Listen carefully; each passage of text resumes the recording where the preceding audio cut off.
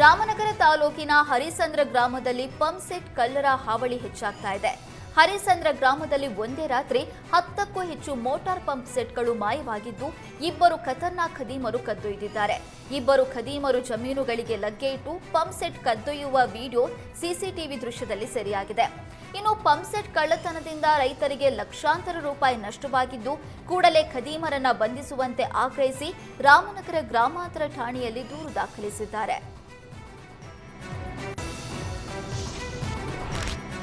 ಮೈಸೂರಿನಲ್ಲಿ ನಕಲಿ ಒಡವೆ ಗಿರವಿ ಇಟ್ಟು ಬರೋಬ್ಬರಿ 56 ಲಕ್ಷ ಹಣ ದೋಖಾ ಮಾಡಿದ ಘಟನೆ ಬೆಳಕಿಗೆ ಬಂದಿದೆ.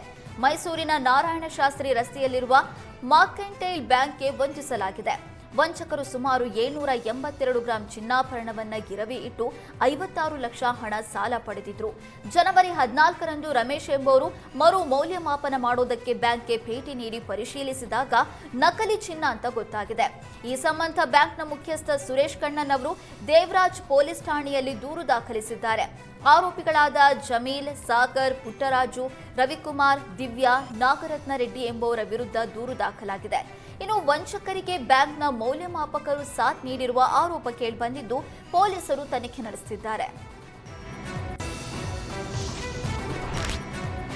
ಬೀದರ್ ನಗರದಲ್ಲಿ ಕರ್ಕಶ ಶಬ್ದ ಮಾಡ್ತಾ ಇದ್ದ ಬೈಕ್ ಸವಾರರಿಗೆ ಬೀದರ್ ಪೊಲೀಸರು ಬಿಸಿ ಮುಟ್ಟಿಸಿದ್ದಾರೆ.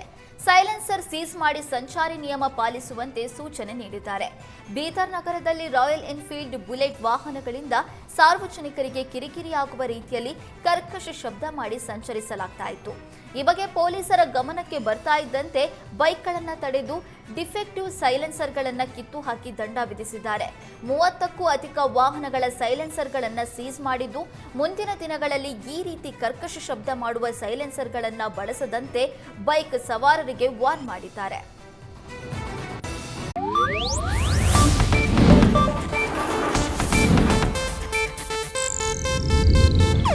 ಇದು ಏಷ್ಯಾನೆಟ್ ನ್ಯೂಸ್ ನೆಟ್ವರ್ಕ್ ಪ್ರಸ್ತುತಿ.